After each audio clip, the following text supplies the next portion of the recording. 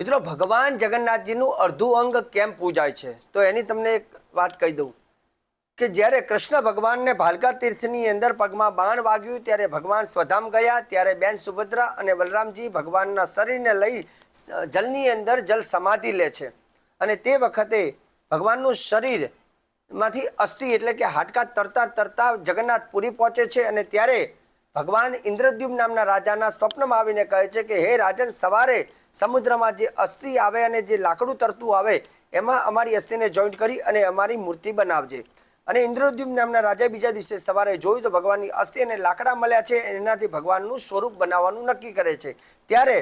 સ્વર્ગના શિલ્પી જે એવું કહેવાય વિશ્વકર્મા ભગવાન ત્યાં શિલ્પી બનીને આવે છે, વૃદ્ધ બ્રાહ્મણનું સ્વરૂપ લઈને આવે છે અને રાજાને કહે છે કે હું આ સ્વરૂપ બનાવીશ, જે ઘરમાં બનાવું ત્યાં કોઈ આવવાનું નથી। અને તે વખતે એ ઘરને બંધ કરીને ભગવાનના સ્વરૂપની રચના કરે છે। રાજાને શંકા ગઈ અને દરવાજા ખોલાવે છે ત્યારે વિશ્વકર્મા ભગવાન જે શિલ્પી હતા ત્યાં અદ્રશ્ય થઈ ગયા, પણ તે વખતે ભગવાનનું સ્વરૂપ અડધું બન્યું હતું, અડધું અંગ હતું, જેમાં પગના ભાગ નહોતા બન્યા। રાજા જોઈને દુઃખી થાય છે, આકાશમાંથી ગંભીર વાણી થાય, રાજાને કહે કે રાજન, હવે જે સ્વરૂપ અડધું બન્યું છે હવે એને પૂરું બનાવવાની કોશિશ ન કર, જે બન્યું છે એ જ સ્વરૂપ હવે આ જગતમાં પૂજા છે ને આ સ્વરૂપને લોકો જગતનો નાથ, જગતનો આધાર એટલે જગન્નાથ તરીકે પૂજ્ય છે।